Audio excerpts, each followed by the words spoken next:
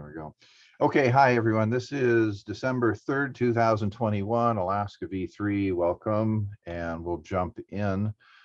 This is Kai, and our focus today is going to be on a few updates, a little bit on the writing contest, but most importantly, we've got some opportunities that are really coming together nicely that are building out of the retreat and some of the work we can be doing. So I'm just overwhelmed and looking forward to some feedback, ideas, and helping make some plans with that. So if you don't mind, let's just jump in. Andy, what's going on with you? And introduction to Sharon, or to Sarah, excuse me, but also anything interesting you'd want to share about the world. Hi, Sarah, welcome. My name is Andrea Andrashko, and I'm an instructor at Alaska Pacific University. And so I teach healthcare management classes, but I also teach the second semester of senior project, which is students writing business plans and coming up with business ideas. Sometimes they're just kind of generic food truck ideas, and other times they're just really kind of earth-shattering ideas. And this semester we had a bunch of really cool projects, a number of which are Alaska specific.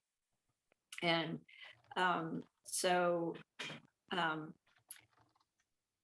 anyway, I am here because I've been very interested in in bringing Alaska back to Alaskans. And I get really tired of seeing outside corporations come in, take advantage of Alaska and Alaskans, and then just leave and take their money with them. And instead of hiring the talent that we have here, or the state supporting talent, home-growing talent that we have, I'm ready for a change. So that's why I joined this group about, 9 months ago now. Mm-hmm. Anyway, so this week has been senior project week. We've watched 9 presentations of students presenting their business ideas or business pitches, and it was really impressive.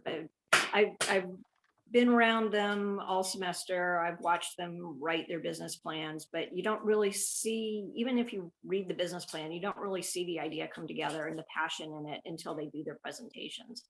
And anyway, I am energized from that now, and looking forward to kind of going into the spring with new passion and energy in watching what develops. Kai's email from last night really excited me as well, because so much has been coming out of, we've been kind of doing this for a while now, and you don't see a whole lot, and then I kind of think of it like a glacial surge, where the glacier is moving, and then all of a sudden it just kind of lets loose. And so I think that's where we're at right now. We're kind of in that letting loose stage, and it's really gratifying. So I'm going to shut up now. Unless you're the one standing in front of that glacier, it's running you over. That's great. Hey, one thing I'd like you to think about, Andy, and we'll come back to it, so you don't need to respond at the moment. But your mention about the senior projects, and I'm thoroughly impressed with the shift to more of the business plan type of approach that APU has done over the last few years. But I'm wondering if there's an opportunity for us to be more actively engaged in the incubation and support of students in those projects.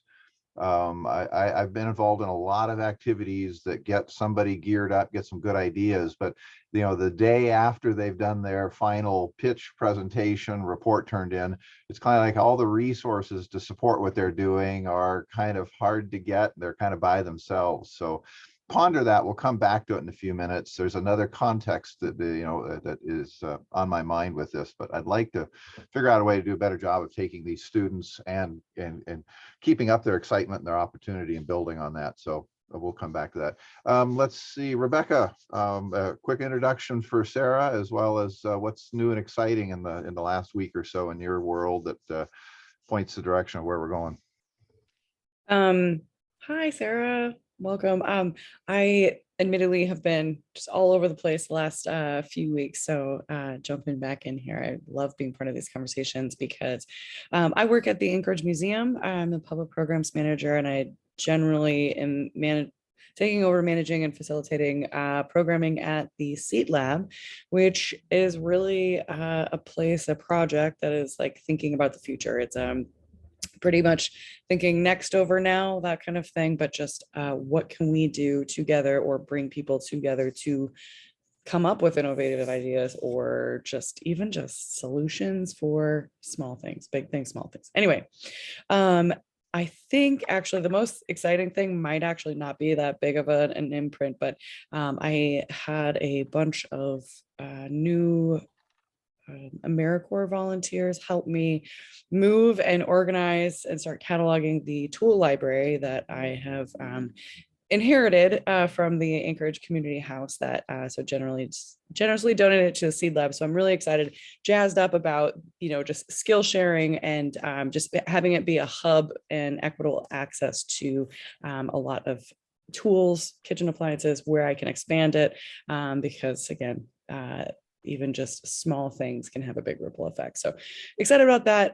But just, digging into some other things of aquaculture and just, anyway, I'm all over the place, but I'm very, it's been a great week. So welcome.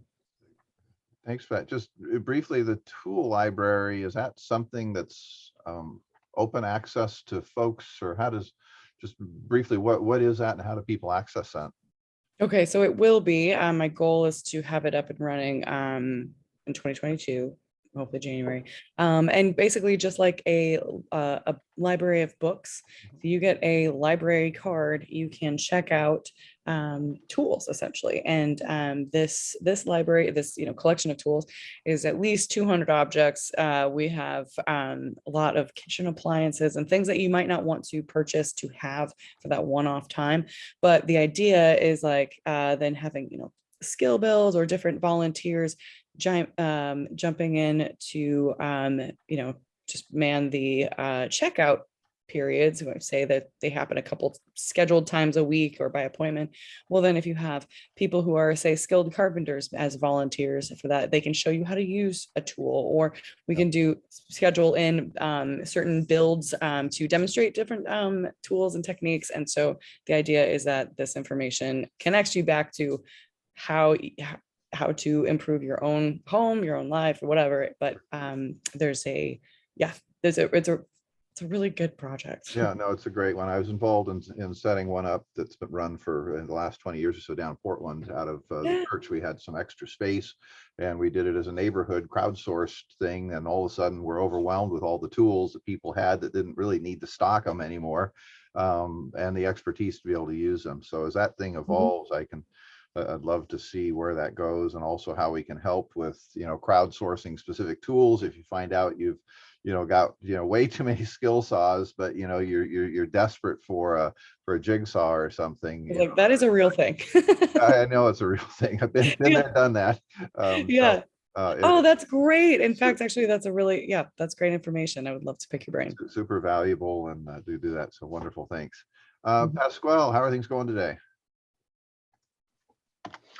Good morning. Well, I guess we are all busy catching up from a week of Thanksgiving and snow, and then some more snow. That's right. I'm not complaining at all because I like that white stuff. So this busy week has been full of long hours, but pretty good. Excited for you for the gimmick, guys. So first, Sarah, welcome to the meeting. There are a lot of things going on, so it probably is going to be a little bit hard to catch up on everything that's happening, but I'm pretty sure that with the documents that we have and some explanations, you will be able to get the whole picture and as well as the details. So so for me, I'll keep it short because I know that guy has a lot of things to to talk about. So I was originally, and I'm actually an engineer, but I was originally working in the engineering field, but then I realized that some service companies can benefit from some of the tools and methodologies that we use in the engineering side. So at some point in my career, I switched to consulting those service companies, and that's what I'm actually spending the majority of my time right now. So I'm originally not from Alaska, as you might have probably realized by my accent. I'm from Spain, but I came here. It was just a short project. I wanted to do something here, climb a mountain, and I decided to stay. I think now, wow, 8 years. Oh my gosh, Yep, time flies. that's when we got started with this stuff. Yeah. Oh my gosh. It looked like a month. So the reason why I'm in here in AKV3 is because I met Kai one time in a startup weekend, and he got me involved into the whole entrepreneurship and making things happen. And sure enough, 7 years later, here we are developing that project, which is kind of, not kind of, it is exciting. So I'll keep it short. I'll stop here. Welcome, Sarah. Thanks, Pascal. Yeah, I was an engineer once too. I've gone off to the dark side. Margie, good morning. How are you? I'm good. I'm sorry I'm late. I'm super psyched to see you here, Sarah. I haven't even been able to catch up on the email thread, but that's in part because this week has been really intense for me in terms of the messaging around Alaska's economic future and how we talk about it. So I feel like I have a lot to report back to you all, but I also am late because I was just coming from a wrap-up meeting, and so things are still gelling in my brain. But a lot of you all are familiar with the work that I do for Native Movement and the Fairbanks Climate Action Coalition as the Regenerative Economies Coordinator, and we are launching essentially public-facing sharing of research we've been doing over the last year of what is happening across economic sectors around the state and in the realm of regenerative economies and things that advance equity and reduce greenhouse gas emissions. And so we have a webinar launch on January 27th, and I am curious if you all would like to officially be co-sponsors of that. And I honestly don't remember how much I've shared in terms of I do have a webinar registration link now, patient emails to co-sponsors and participants first thing next week. So I can be sharing all that. I see my internet's unstable, so I'll turn off my video, but yeah, I'll drop the link to the webinar registration in the chat. And yeah, do you all need some decision-making process or more information to be able to get back to us on if you'd like to be a co-sponsor? Well, I think, the default answer, if you're working on it, is yes. Oh, But that being said, I think it would be good to get a little more information about it, just so that we know what we're co-sponsoring, because like I said, I default to somewhere between yes and hell yes. But in all honesty, I would like to be more knowledgeable about it. It is on my calendar. I know about it. I know it's exciting. I know I want to be a part of it. I'm 100% in on it. But I actually don't know exactly what it is that I'm supposed to be excited about and in on. So yeah, and I'm totally comfortable sharing the webinar outline. I think it's in a place now where you'll get a really good sense of that. We haven't invited the speakers yet, but you'll see who we are planning to invite.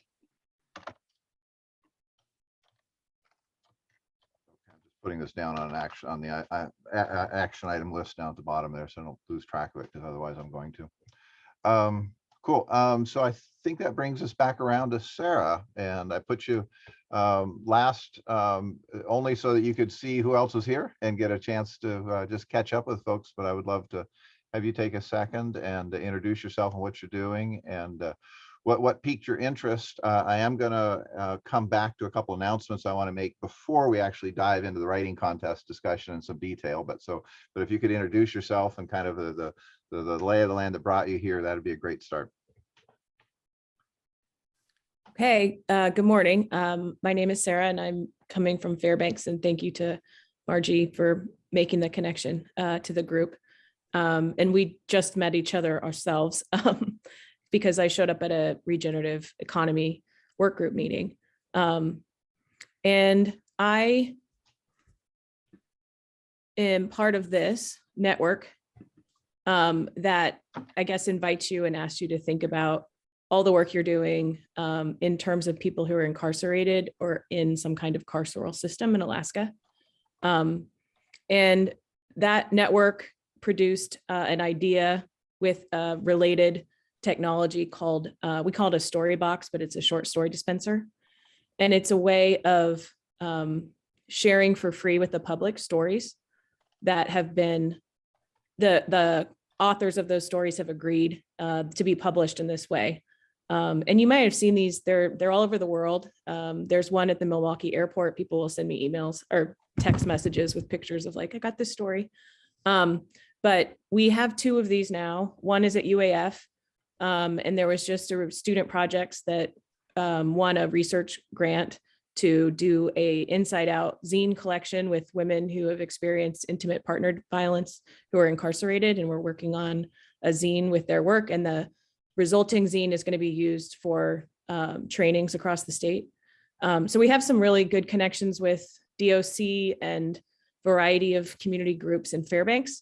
But our vision is to have these dispensers all over Alaska, in every jail and prison, as well as in libraries, museums, universities, schools, bus stations, airports. And we are interested in sharing how to get grants to have more dispensers, as well as building our own Alaska collections of writing that can be shared through the technology, as well as having access to global writing from Short Edition, which is also really excellent. They just came out with a new publication today and I was reading it. And you can use, I mean, the way the technology works, there's 2 different buttons, or there's 3 buttons depending on what you're buying from Short Edition.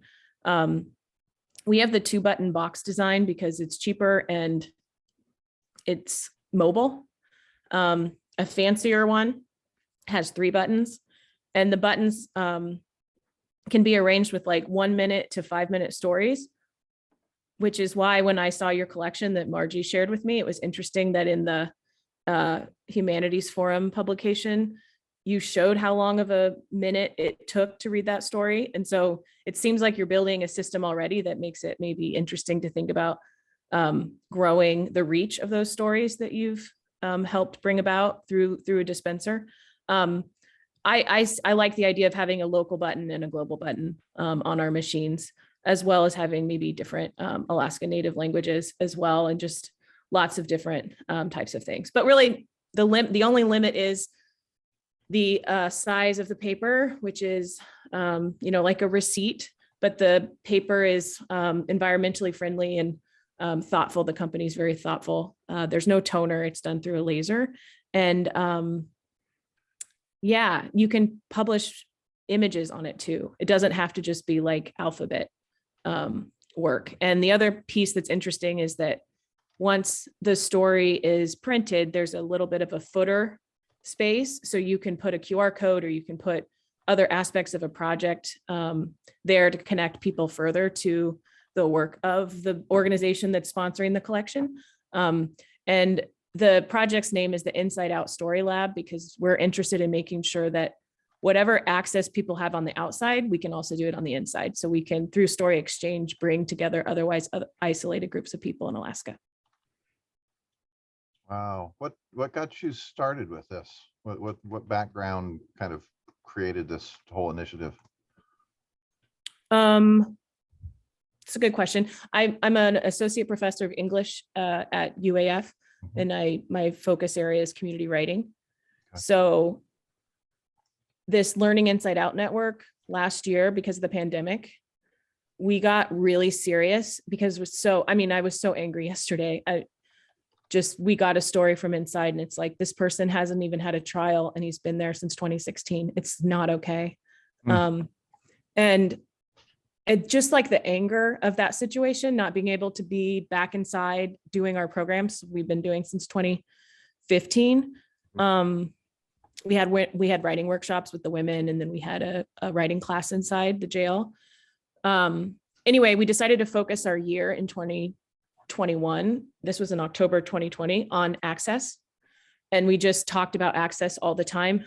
We started talking about access as buckets and how, you know, if you're getting water from somewhere, you have to have some kind of bucket to put it in to carry it from one place to another. And we just started talking in weird ways. And then I Googled vending machine for writing and came across Short Edition, which is a pretty inspiring global publishing company who I've met with multiple times now and are very excited about our project. And I definitely see them as a partner. There's more to say about like data visualizations and students thinking about access and technology that it gives you a story of a story, like how a story moves. And we want to do tracking of story and share that back with the writers. And there's other elements to it, but I think working with other organizations or people that are excited to just say, oh yeah, let's get one of those in the museum. Let's work together, or let's build a collection, or there's already a collection that exists. How do we ensure that people are giving consent, but then circulating it more and seeing what the power of story can do. But yeah, so that's the story. It came because a lot of people continued to talk about access, and we ended up, and then we got a grant from the, what is it? Alaska Community Foundation, the social justice grant, which got our first dispenser. And then the second grant was an URSA technology award, which is like a $5,000 technology award from URSA. We have some leftover grant funds for our network from another faculty initiative fund that I wrote. But yeah, we don't really have any money. We're just a grassroots volunteer network that is that has students in it, retired educators. And then now we're trying to get people to put it on their job description so they can be paid for their job, but also show up at our meetings. Nice. So that's where we're at. But yeah. Wonderful. Inside Out Story Lab. Good. Well, we'll come back to that in a second, also with the stories and the 22 program, and see how we can work together on that. Yeah, just trying to think. I was at UAF for a couple of years. I remember seeing Inside Out at some point applying to one of the grant programs I was mixed up with about 2 years ago. Yeah, right away in the pandemic, we applied for a way to get an internet inside. It was called Soil. That's what it was that I remember seeing that come through. So it's good to connect with you and the program again and learn more about it than I did. But yeah, we send things all over the place for everything. We're very I'm active. kind of sad that Laura's not here. I just remember Laura Oden being interested in kind of some of the like job aspect stuff when folks come out of prison. So just wanted to spot share that. on. Yeah, if you don't mind, Sarah, I'd like to introduce you to Laura. She is absolutely all about reentry programs and thinking and approaches. She has a bent towards entrepreneurship in that discussion, but that's important. That's good. That population of folks is really essential and really important to her, and you might find a great advocate for that too, Laura. Yeah, I'll try and follow up with that afterwards. Lots of wheels are turning on that. No, I'm afraid most of my wheels are spinning though. I mean, related, we're just trying really hard to get connectivity. And so that was the other part about access is connectivity right now for people in this situation. So if there was an internet or secure relationship for people inside, I think a lot of things could happen with reentry and entrepreneurialism. I mean, there's programs in Georgetown and Friends that are doing that work. It's like the basic idea is like, why, if people are stuck somewhere, why not allow them access to like building what they need and planning for when they get out? Like, why is that a problem? Yeah, well, one of the things where I realized where my wheels are spinning at is, are you working with anybody on any of the Good Jobs Challenge grant applications right now? No, I don't know what that is. Okay, so let me kind of jump into a couple things I want to talk about just as far as the introductions. And I'll touch on that or throw a 2x4 at me if I don't circle back on that connection. But so I think the email that I think all of you got kind of hits some of the high points on this. I'm drawn to a couple thoughts. One is there's a really interesting webinar that was held yesterday, and I'll put the link into the chat. It's from a group called E3 that does a lot of entrepreneurial ecosystem building. But they had a really good webinar yesterday on narratives and storytelling. And they're looking at that as a way of actually recognizing, as we have in our prior discussions, where we look at the 4 quadrants of agile economic development. We know new narratives is one of those 4 quadrants. They look at the same thing as a model for ecosystem building. And in particular, this webinar yesterday was looking at how to improve equity in communities and equity in the economic development and entrepreneurial ecosystem. And I found it a really valuable webinar to listen to because of its development of the idea of what are narratives and what are stories, and how do stories support narratives. And those narratives provide, as they explained it, this broad arc of the direction you're going, and the framework of the community you're trying to build. And then you use stories as ways to build in pieces of that narrative, to illustrate it, to help advance or reinforce those narratives. And there, to me, is a big overlap here between the work we're doing to try and create a new narrative about what is the next Alaska. There's an overlap with the writing contest about why we were even doing it, in terms of trying to encourage people to start writing stories and to move into helping craft that narrative. But there's also an understanding that this is really part of the work that we do. And I think it's an important piece of the AKV3 fabric of being able to understand the importance of arts, expression, creative writing, other media, as a way to develop the understanding and the support for what we're doing. So at any rate, I've put that both in the notes and in the chat. I encourage you, if you're interested in narratives and stories, obviously, Sarah, you're very interested in that, but the rest of you, I would encourage you to look at that and reflect on that also, in terms of how can we do more in AKV3 to be advancing the work that we've proposed about new narratives, and framing that and presenting that in different ways. The other thing that's happened here in the last week is I've had a number of meetings, and you saw some of that in the announcements, about what AKV3 could be doing. We've got a couple opportunities to help facilitate some challenge competitions, building off of what we did in September that went so well. One is with UAA, one is with the Mariculture statewide conference coming up in February, that represent more people that are seeing the value in seeking out and understanding the challenges that exist, and using those as the genesis for the opportunities, and to motivate Alaskans to move into the challenges and to create solutions, as opposed to looking at it from a scarcity standpoint. And I'm super excited about that. However, here's the issue, is in looking at the website and the content that's on there, folks are still trying to figure out, where are we in the spectrum of things? Are we a super left-leaning, all carbon is bad carbon kind of world, and we're trying to change the world there, and we're a bunch of left-leaning, liberal radicals? Or, are we, someplace, more in the middle? And, I've been trying to help people understand the diversity of the people we have involved in this group, from engineers, some that are still staying closer to their craft, like Pasquale, and folks like me that have gone totally to the dark side into marketing and sales and whatnot. But being flippant aside, we really do have a broad cross-section of folks here that represent a broad array of perspectives on our economy. And I think we have always tried to recognize the value in the current economy and what it's contributed to our state in terms of jobs and infrastructure and opportunity, and yet also wanting to build off of that.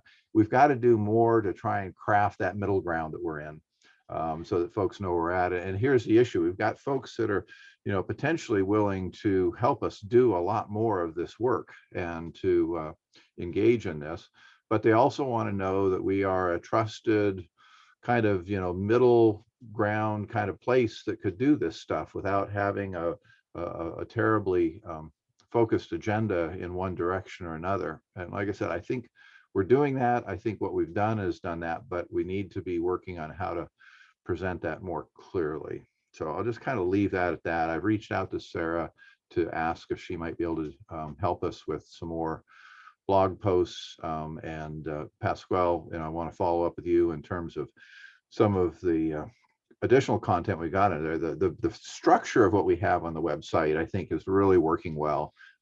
People engage with that. It's easy to find information on. It's just being really clear about the economic development focus that we have, about this middle ground of this transitional pathway we're trying to build to a next Alaska, while still incorporating the best of what the extraction natural resource development economy has offered, as well as the best of what the subsistence economy before it has offered, and trying to be living in that and space that Kitty has referred to. So I'll leave that at that for the moment. A couple of the other announcements I wanted to scoot down to that were in the email, I think are pretty self-explanatory.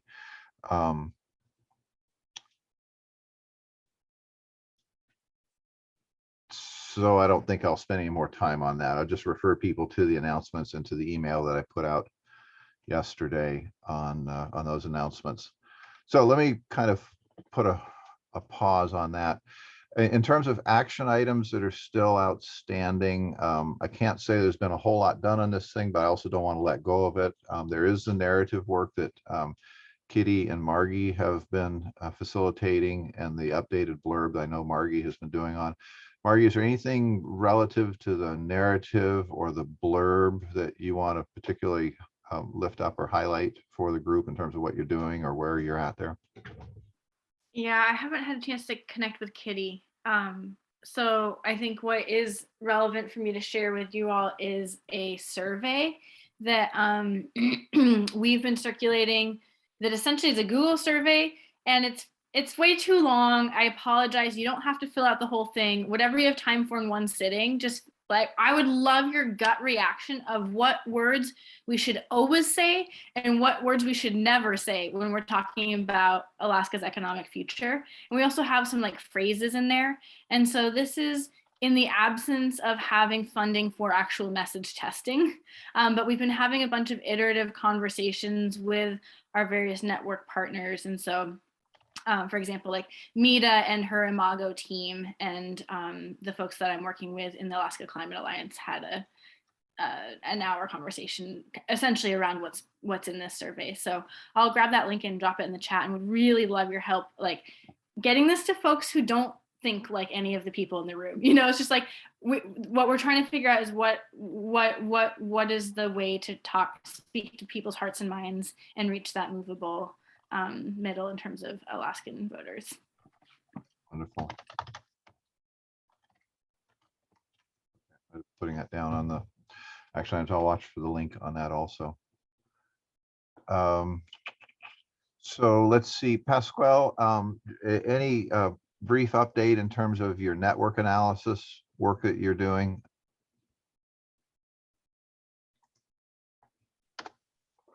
Yeah, I've been working on the map and adding a lot more items, associations or organizations or groups of people or government entities that maybe no, they are related to what we are doing. I'm keeping it narrow, in meaning that I'm not adding everything that I see that could benefit us in the future, because then we'll have like 3,000 organizations, that's going to become a mess.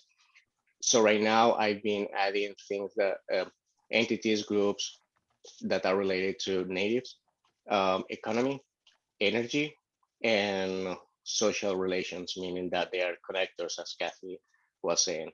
I'm keeping it as simple, so we can have something going on for the initial stage that we are talking about. And if that gets the traction that we think is gonna get, and everything becomes clear, then we can add a ton more. But I'm focusing on those four that supports our message and shows a initial seed of what we are trying to do before it becomes too blurry.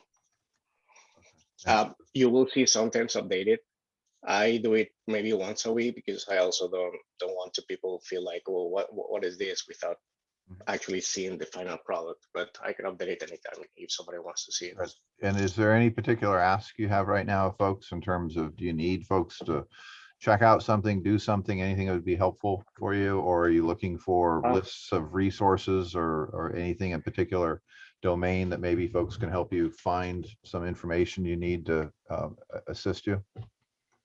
Yeah, actually, thanks for the tip. Yeah, anything that you see that can help with that, meaning an organization that you believe should be included in that new work, and or should be included in our conversations, or we should connect with them at some point, or just be part of the map, just share it with me. It doesn't need to have like an email explaining. Yes, for example, you see something on Facebook that you think should be in that map, just share the link with me on Facebook, or send me an email, just a link, and then I'll take it from there. And I will include it. Thank you. And I put in the chat the link to the page where the network map is currently on for folks, and the password information.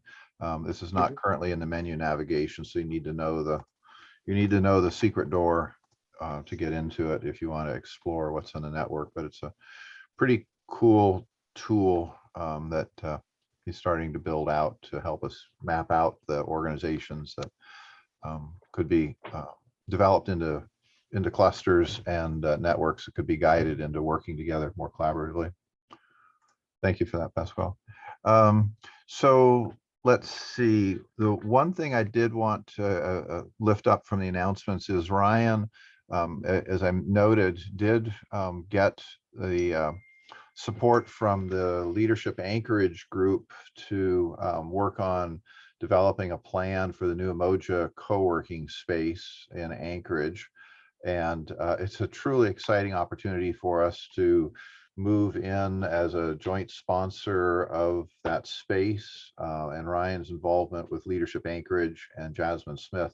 And if any of you are specifically interested in the project related to the space design and working with Leadership Anchorage, follow up with me, let me know, and I'll connect you with Ryan. Or if you know Ryan, reach out to him and say, hey, yeah, I'm interested in being a part of helping work with the participants in Leadership Anchorage to work on that. But super excited for us to take the discussion we had at the retreat and all the ideas that we had about quality places and what that means and what it could offer, and to do that, and to potentially look at an anchor spot to start that, although there's many more aspects of the quality place initiative that we've laid out in terms of both physical locations and virtual locations. So let's circle around then with Sarah here today about the writing contest and spend a couple minutes on that and talk about 2022, since it's coming up. She's here. Faculty that maybe are planning their courses for spring might be receptive to this sort of thing. When we did this last year, the intent was to try and launch the writing contest early enough in the spring semester that faculty at the different universities, as well as the K-12 system, would have enough time to engage in it and to potentially bring it into their classrooms. And I think we, kind of did that, although, we struggled to find, faculty that wanted to engage in it. It's always it's always tough. I've been on both sides of that street for 20 years, so I know, the challenge of doing that. But we did get some, particularly Alaska Pacific University had, I think, 2 or 3 submissions that came out of that I was super pleased with. We did have some young students, Olivia in particular won the youth award on that. So I think we kind of pulled it off. And so I'm interested in, thinking about what we do for 2022. The fact that it got published in the Forum magazine, I think helps raise the stature of the stories in there. And Sarah, to the point about distributing stories also, there's not only those stories and the permission that we have for publishing those. At some point, Pasquale, we need to put some of those on the website and link it into the writing contest page. I know you've got a fair amount of information there, but link to the Forum magazine would be great. But we've also got some other stories that weren't published. And there's some of those that are really outstanding. I know the group that led the review of the judging on that, particularly in the short story, is either the short story essay one, had like 3 or 4 that were all really dynamic and really well done. So I'd like to do that. But I am, interested in trying to do it again. I'm interested in trying to also figure out how do we do it better. Do we keep it to the same format of short story, essay, and poems with an open and a youth category, or do we open it up for other visual arts media also? We had talked about potentially this fall, but it didn't come together, doing some sort of visual media type of activity to provide another outlet for expression. So interested in people's thoughts about what we do next with that, if we were to do it in 2022. And Sarah in particular, I'm curious what your thoughts are about how we could work with you and your program to move this thing ahead.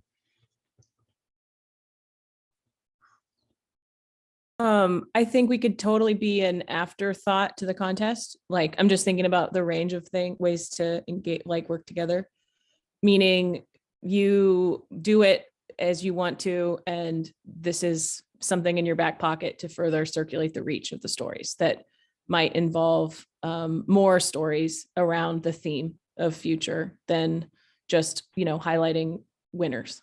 Mm-hmm. Which I think is an important change to economy right there. The second thing, and this is in the chat, thanks Rebecca, the idea of hosting, not just asking for the writing, but people getting involved with writing workshops and conversations around it. So you use the writing more or less as the process of writing and thinking about future and talking about it with other people, which I think is a great idea.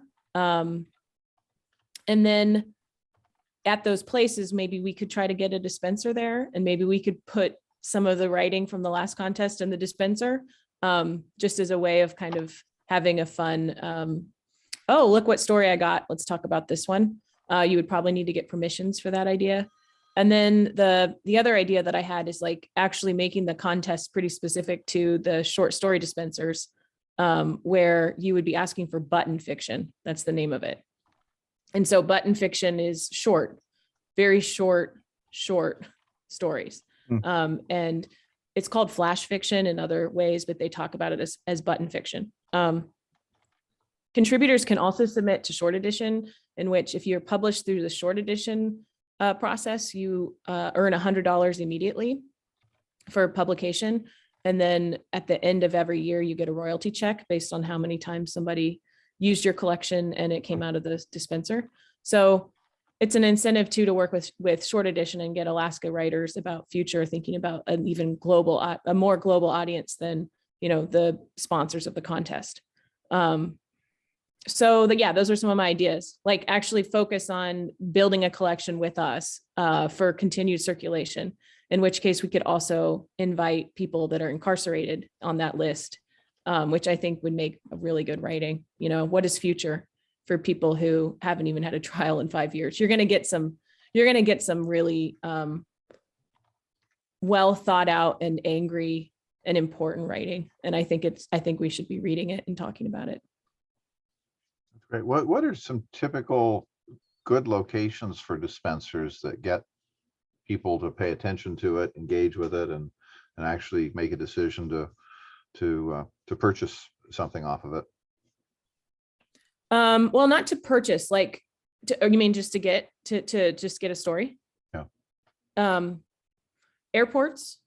I mean, I think events. I think if we start thinking about because the dispensers that we have are they look kind of like laser printers. I mean, we have made one, we called it Cubair, and we have a little costume for it. But I think an event is probably the best way to go as we're still building more of these dispensers. But they can move around. So I think if there were events with the dispenser there, but otherwise I would say any public space, like a library. I think we have a really great library in Fairbanks, Nolween. They're interested in kind of getting one. We've talked about the visitor center, Morris Thompson Visitor Center, especially thinking about Alaska visitors are coming in. And then it becomes like any organization that wants one. Like I was talking to my sister-in-law who cuts hair. She was like, I love that you could get it in a barber shop or whatever and get a story and just kind of read that and not have to talk to the person cutting your hair or whatever. So she thought about getting a dispenser for her salon. Right. And so yeah. what's the back end monetary side of this? Do people, and maybe I was mistaken, do people pay to get a story printed off of this thing, or is that for free? But you'd also mentioned that the authors were able to make a little bit of money in some cases. So I kind of two questions. One is, what do these dispensers cost?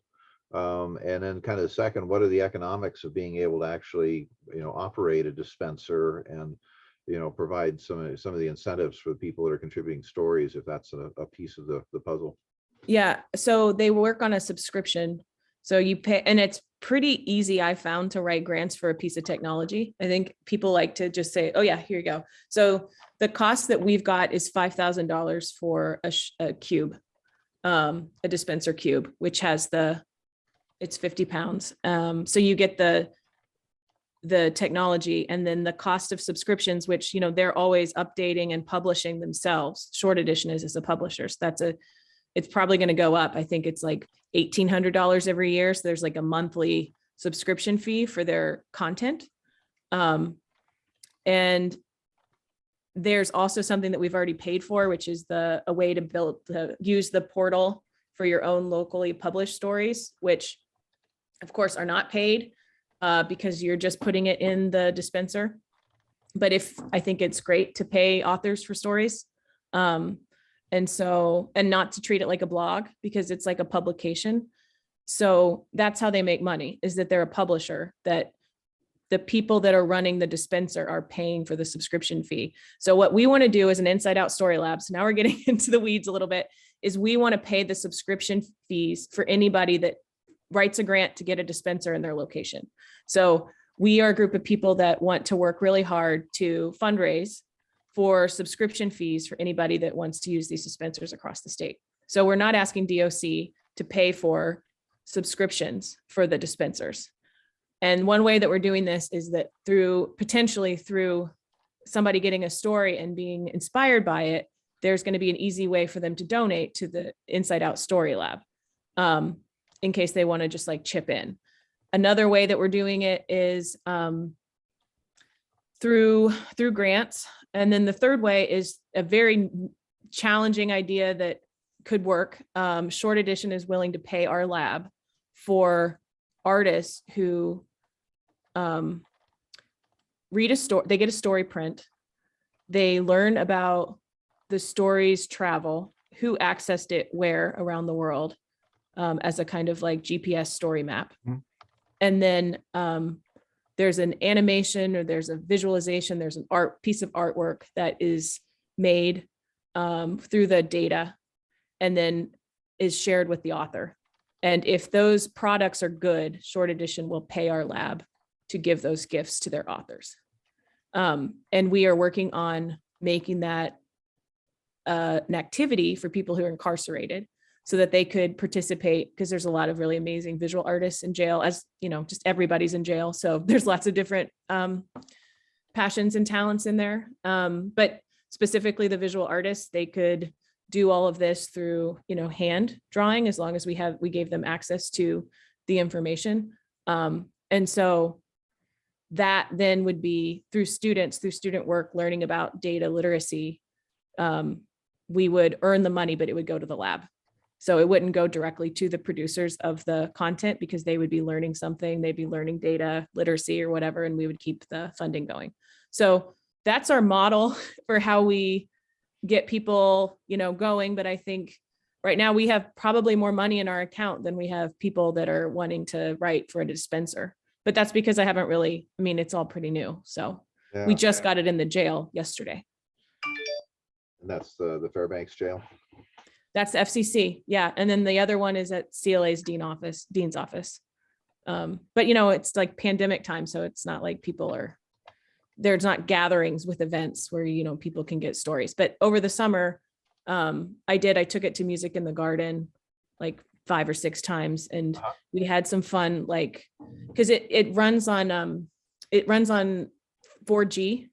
So it's not a wireless internet connection needed for how the dispenser actually works. Right. But it's connected to a portal and then you plug it in. So you need a plug, which involved a really long extension cord and me walking it all over the gardens. It was kind of funny. Kids loved it. So, and do you have the funding that you have right now? Do you have money for additional dispensers, or these first 2 what you're funded and you need to get more funding to expand the number of dispensers? Yeah, I'm not really interested in getting more dispensers personally for my own, you know, handling. I think we have one at the university because that was gotten through a grant. And then we have one for the FCC jail, which is like our people, maybe another one at the youth facility across the street. But then other than that, I feel like what's smart is to get people, you know, participating by the library writing a grant and, you know, Morris Thompson Visitor Center writing a grant or deciding to pay for it, or the soup kitchen or whatever. But then us saying, okay, well, let's help you with the subscription fee. So we can work together so that the writing that we're putting in the dispensers is similar. And then we can have, we can kind of like see our impacts of the writing. We can say this many stories in this collection were dispensed. Yeah. And this is who was reading them in these locations. And so I think we can do a lot with that as a state. That sounds great. Well, you know, beyond the obvious, which is, you know, making available the stories that we have permission to share from what we've collected, and potentially looking at the writing contest in 2022 in terms of a format that's dispenser friendly. Is there anything, you know, in terms of specific asks or opportunities that you would like us to consider or to try and do that would support what you're doing? At this point, I think it's exciting that you are already thinking about how writing creates, you know, some energy, and that like doing a contest is something that is like strategic for how you're building your network. So I think I was just inspired by that and wanting to say, we're excited about that stuff too. Like our voices and engaging people and participation is really powerful. And so we like that this technology can make that happen. I mean, the internet does that too, right? But there's something kind of special, I think, about these dispensers, and that they can also be inside of a jail and jails and prisons. And there's like a lack of space for books in a library. So there's it's a real information deprived environment, and even 5 minutes of reading a day improves your health outcomes. And the idea that you can bring fresh, new global content inside a jail at the push of a button that they get to keep and take to their cell, you know, is just a nice gift. And I think that it's nice to be inclusive of people who are incarcerated in your contest. So that's it. I mean, that's my ask, is like thinking intentionally about what we bring in terms of advocating for people that aren't here to advocate for themselves right now. Great. Okay.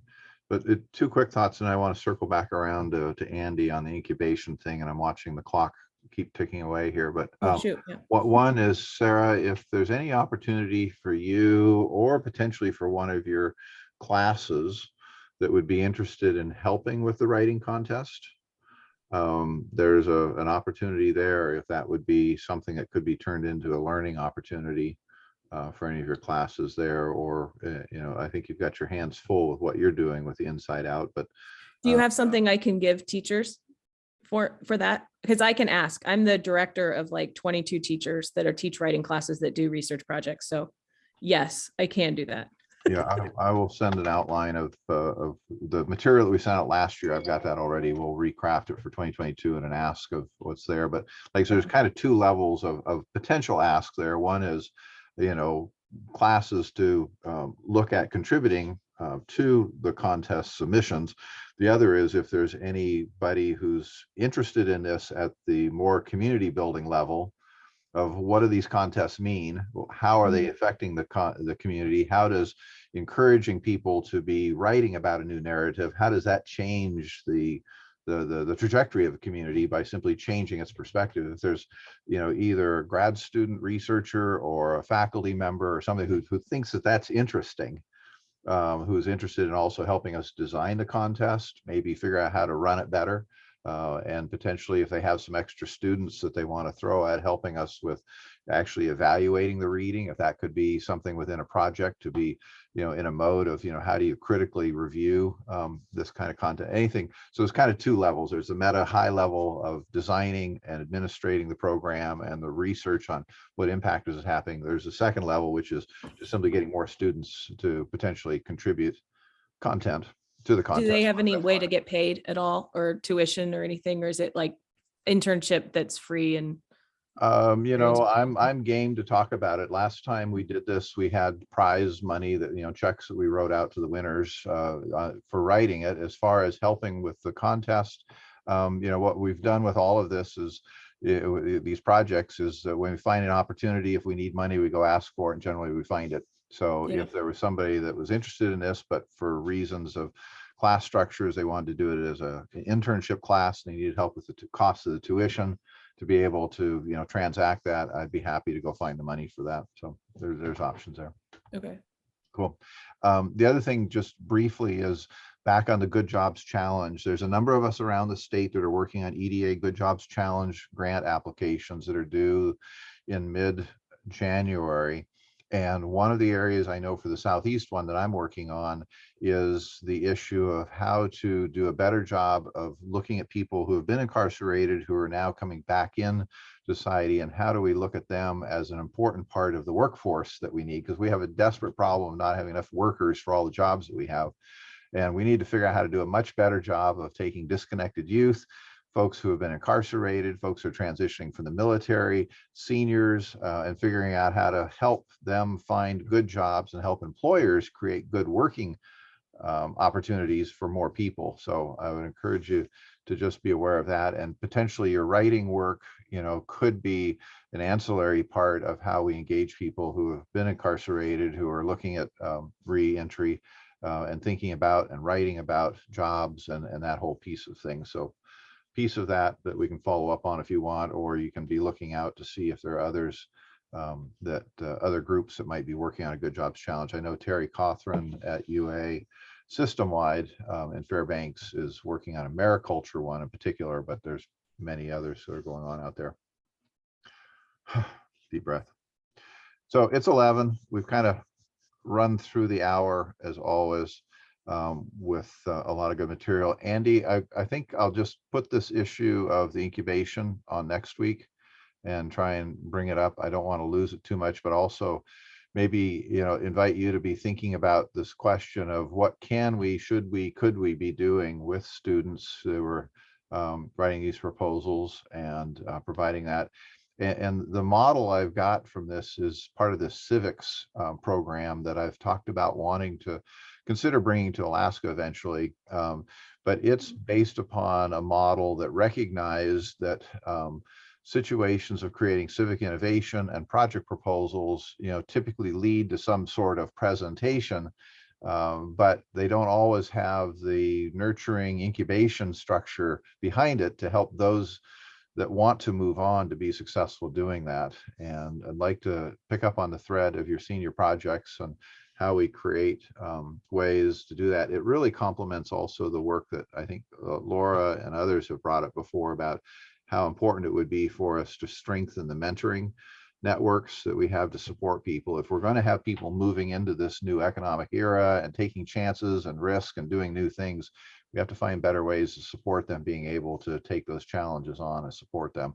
Your senior projects and those students are an excellent example of folks that, while I know they've done an academic project and some of them are just going to be thankful to have gotten a grade, be done with it and move on, there's some of them I hope that are inspired by what they did, and I want to find those ones that are inspired and figure out how do we create an incubation opportunity to help them move ahead with their ideas and test them out. And if they get legs, support them in finding the support for it. So let's try and come back to that next week and see if we can tug on that a little more. Any thoughts on that initially? Yeah, so, and I would love to talk a lot more about this, but a couple of things that are going on. One is I'm on the committee for looking at reaccreditation. APU is up for reaccreditation this year. So we're going through pulling everything together and, creating the document that the accreditors look at. And one of the things that's come up in the committee that I'm on is community engagement. And there is right now, I mean, that big light bulb has gone off that we need to do better in terms of encouraging our employees to be engaged in the community, but also looking at engaging students in the community. So it is actually kind of forefront right now, which is great. That may actually be a great on-ramp for us to do partnerships with APU, like we were talking about, like I was kind of dreaming about 6 months ago. Well, That and then the other thing is that Lincoln Garrick is the first semester professor of senior project. I'm the second semester instructor. And so he and I, after this semester, we kind of like had our own light bulb moment of, we really need to connect students early on with mentors or other people in the community that can help kind of provide some guidance in their business idea. And we're kind of thinking that by doing that, by adding that piece to it, it might engage students to actually come up with real ideas. Because, I mean, like I said, this semester we had some tremendous locally focused business ideas that could potentially be pretty big. Right. And the hard part is that we have a rubric that we grade our students on, and they can pass the class, but it's still not quite baked enough to be a business plan that they could run with. And we really want to change that. We want to change that dynamic so that students are actually graduating with a business plan that is usable and realistic. And so that is kind of out there, and we need to, Lincoln and I need to put our heads together. But if we can connect to a network, an entrepreneurial network, Right. Hello, it's something that we could make real very quickly. Okay. And Well, there's so many threads for us to pull on here, and let's maybe even just find some time with Lincoln to sit down and do this. I would tell you briefly while I'm thinking about it, there's a deadline of the 10th for the UAA business plan competition, and your APU students would be able to apply to that. It's for UAA and any of the Anchorage community. So I would encourage any of them that you think have a viable business plan to get in by the 10th. They don't have to do it by the 10th. The deadline for actual plan submission is in February. This is just an intent to apply. If they do it by the 10th, though, they get into some additional support activities that Helena at UAA is offering in January.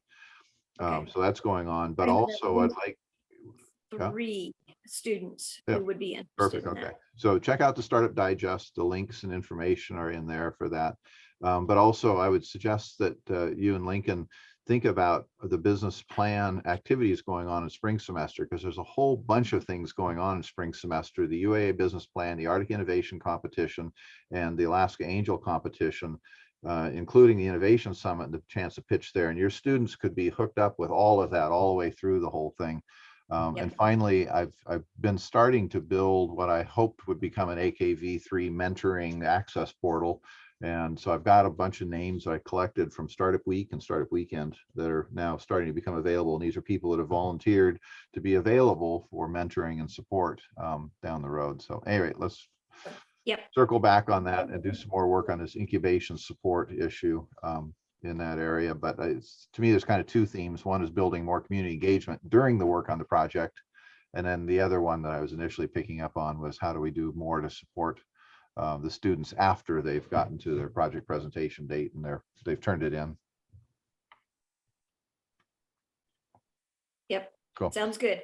Okay. All right. We've burned up the time. I know I have to transition to 11:30. Any other quick announcements anybody wants to throw in? I'm sorry, I kind of hogged the time here at the closing. Anybody have any other announcements or things that they want to share before we close this out? I think I should connect with Pasquale about the network mapping. I think I have a bunch of stuff to add. Super excited. Nice, thanks. Okay, going once, going twice. Last call. Super. Sarah, thanks so much for joining us today. It was good seeing you and learning about your program and more about it. And Rebecca, good to see you and looking forward to more on tools and all the work that's going on here. So I appreciate everyone joining us today. So I'm going to take a second and wrap up the recording, and then I'm going to go see if I can get my brain ready for 11:30 meeting. Oh, thanks for the chat there.